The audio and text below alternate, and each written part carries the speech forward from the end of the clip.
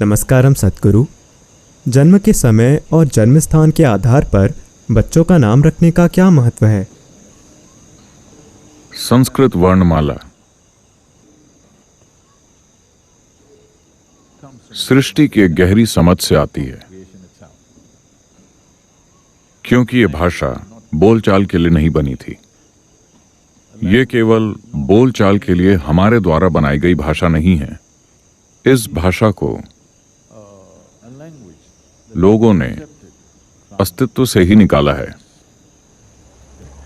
It is a language that evolved out of observation, not out of imagination. इस भाषा का विकास सृष्टि को देखकर हुआ, न कि कल्पना करके। कई मायनों में जिन ध्वनियों का आप उच्चारण करते हैं और जिन आकारों का जिक्र करने के लिए आप इन ध्वनियों का उपयोग करते हैं, ये जुड़े हुए हैं।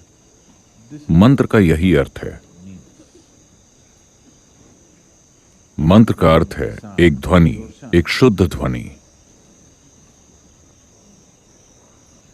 यंत्र यानी उससे जुड़ा हुआ आकार। इसे समझने के लिए अगर आप फिजिक्स के बारे में कुछ जानते हैं, कम से कम अगर आपने हाई स्कूल में फिजिक्स पढ़ी है, तो आपने ध्वनि के बारे में कम से कम एक चैप्टर तो पढ़ा ही होगा। अगर आप किसी ऑसिलोस्कोप में ध्वनि डालते हैं, जो ध्वनि को मापने का यंत्र है, तो उस आवाज की फ्रीक्वेंसी, उसके एम्पलीट्यूड और बाकी पैमानों के हिसाब से ये हर बार आपको एक खास आकार दिखाएगा। तो एक ध्वनि के साथ एक रूप जुड़ा होता है। इसी तरह से एक रूप के साथ एक ध्वनि जुड़ी होती है। जब एक बच्चा जन्म लेता है, तब सौर मंडल की ज्यामितीय स्थिति के आधार पर ब्रह्मांड पर गौर करने का भी एक तरीका है, पर वो काफी जटिल है। कम से कम सौर मंडल की ज्यामितीय स्थिति पर गौर करके लोग ये तय करते हैं कि ये ध्वनि सबसे अच्छी होगी उस बच्चे के लिए जिसने इस दिन इस समय पर जन्म लिया है। इसका एक वैज्ञानिक आधार है, लेकिन इसमें कुछ गुंजाइश भी है, क्योंकि संस्कृत वर्णमाला में 54 अक्षर हैं। इन अक्षरों को सैकड़ों छोटी ध्वनियों में तोड़ा जा सकता है। उन छोटी ध्वनियों के आधार पर लोगों का नाम रखना बहुत जटिल है।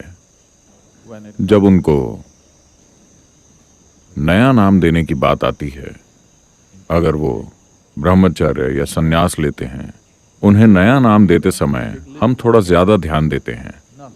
जन्म के आधार पर नहीं, बल्कि उनके कुछ पहलुओं को देखते हुए और वो दीक्षा को कैसे ग्रहण करते हैं, इसके आधार पर हम नाम को व्यवस्थित करेंगे ताकि उस नाम या ध्वनि का उससे मेल हो।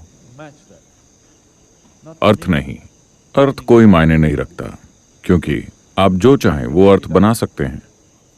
अब हमें आपके बच्चे को इस तरह का नाम देना होगा कि जब भी आप उस नाम को पुकारते हैं, उसके अंदर कुछ ना कुछ ढीला हो जाए।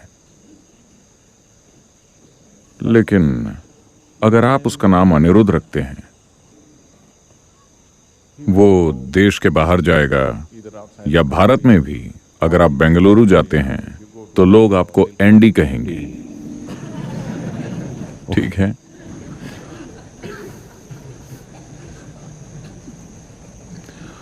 अगर आप उसका नाम जनक रखेंगे तो वो उसे जैक कहेंगे। हमें नहीं पता कि वो उसका कैसा नया नाम रखेंगे। ऐसा होगा। कुछ हद तक ये महत्वपूर्ण है। अगर आप मोक्ष की खोज में हैं, तो जो नाम आप बोलते हैं, जिस ध्वनि का आप उच्चारण करते हैं,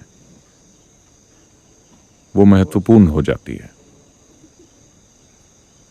भारतीय समाज में लड़कों के नाम रखने पर ज्यादा ध्यान दिया जाता है बजाय लड़कियों के, क्योंकि किसी लिंग भेद की वजह से नहीं, क्योंकि आपको उसी पट्टे के साथ रहना है। लड़की तो किसी और की परेशानी।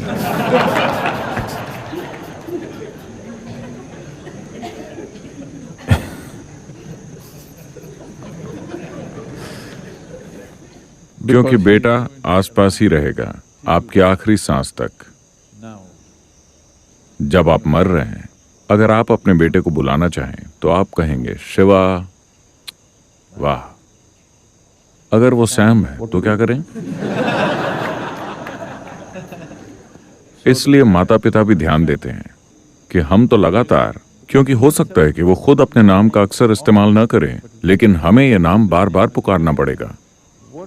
इसलिए ये परिवार की ज्यामिति के अनुसार होना चाहिए। मगर वो ये नहीं जानते कि लड़की को क्या नाम दें, क्योंकि वो अभी तक ये नहीं जानते कि वो किससे शादी करेगी। तो आमतौर पर शादी के समय लड़की का नाम बदल दिया जाता था। आप जानते हैं, करीब 25 साल पहले तक अधिकतर महिलाओं का शादी के समय नाम बदल दिया जाता था। पति का नाम देखकर उसके गुणों के आधार पर या ग्रहों की ज्यामिति के आधार पर नाम बदला जाता था ताकि वो मेल खाए। आजकल ये अपमानजनक माना जाता है। मैं अपना नाम क्यों बदलूं? ये जरूरी नहीं है, क्योंकि हर चीज का शोषण करने के लिए प्रयोग किया जाने लगा है। उसकी वजह से हर चीज के लिए प्रतिरोध आ जाता है। अगर इसे सही तरीके से किया जाता तो सभी इसे स्वीकार करते। जब इसे सही और उचित तरीके से नहीं किया जाता तो ये परेशानी बन जाता है। तो हमेशा से बेटे का नामकरण एक महत्वपूर्ण प्रक्रिया रही है, क्योंकि आपको उसी के साथ रहना है। आजकल वो दूर चले जाते हैं तो चलेगा, लेकिन उन दिनों वो मरते दम तक आपके साथ रहते थे। इसीलिए ये जरूरी था कि जो नाम आप पुकारें वो परिवार के ज्योमेट्रिक इक्वेशन में फिट हो।